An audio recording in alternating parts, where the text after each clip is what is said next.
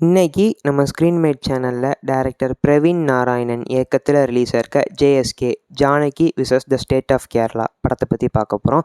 இப்போ இந்த படத்தோட ஒன்லைன் என்ன அப்படின்னு பார்ப்போம். படத்தோட ஸ்டார்டிங்கில் ஹீரோ ஒரு நேர்மையான கராரான வக்கீலாக இருக்கார். அதுக்கு இன்னொரு சைடில் ஹீரோயின் தான் அப்பா ஒரு கூட்டு நெரிசலில் இறந்து போனது கூட தெரியாமல் போலீஸ் ஸ்டேஷனுக்கு கம்ப்ளைண்ட் கொடுக்க போகிறாங்க. கம்ப்ளைண்ட் கொடுக்க போன இடத்துல நியூஸில் தான் தான் அப்பா இறந்த விஷயம் தெரியுது. அதனால் அங்கேயே மயக்கம் போட்டு விழுந்துருந்தாங்க. ஹாஸ்பிட்டல் கூட்டு போனால் தெரியுது இவங்கள 3 நாளைக்கு முன்னாடி யாரோ ரேப் பண்ணிட்டாங்க அப்படின்னு.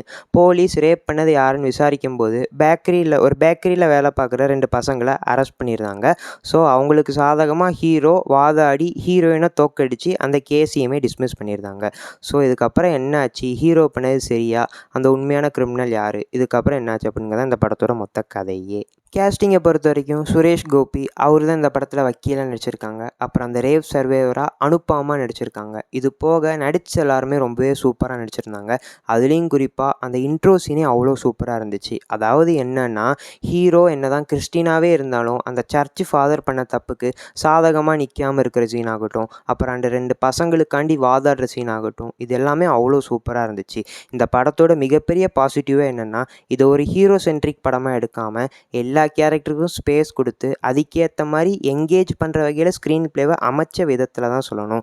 இதுக்கு முன்னாடி நம்ம போட்ட ரிவ்யூஸில் இதை பற்றி பேசியிருப்போம். அதாவது என்னென்னா, ஒரு உண்மையான லேயரை மறைக்கிறதுக்காண்டி ஃபேக் லேயர்ஸை க்ரியேட் பண்ணி அது மேலே வச்சு அந்த சஸ்பென்ஸை மறைக்க ட்ரை பண்ணுவாங்க. அந்த மாதிரியான லேயர்ஸ் இந்த படத்துலேயுமே இருந்தாலும் அதெல்லாம் போகிற போக்கில் இல்லாமல் ஒரு ப்ராப்பரான ஜஸ்டிஃபிகேஷன் பண்ணியிருப்பாங்க. அப்புறம் ஒரு ரேப் சர்வேவரை இந்த சொசைட்டி எப்படியெல்லாம் பார்க்குது, ஒரு லிபரலான சொசைட்டிக்குள்ளே வளர்ந்தவங்களுக்கு இந்த மாதிரிலாம் நடந்தால் ஒன்றும் பெரிய விஷயம் இல்லை அப்படின்னு நினைக்கிறவங்களும் இதே சொசைட்டிக்குள்ளே தான் இருக்காங்க அப்படின்னும் காமிச்சிருப்பாங்க.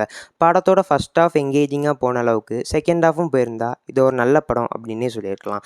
ஆனால் செகண்ட் ஹாஃபில் அந்த உண்மையான கிரிமினலை பிடிக்கும்போது நடக்கிற ஃபைட் சீன்ஸில் தேவையே இல்லாத ஸ்லோ மோஷன்ஸ் நிறையவே வருது.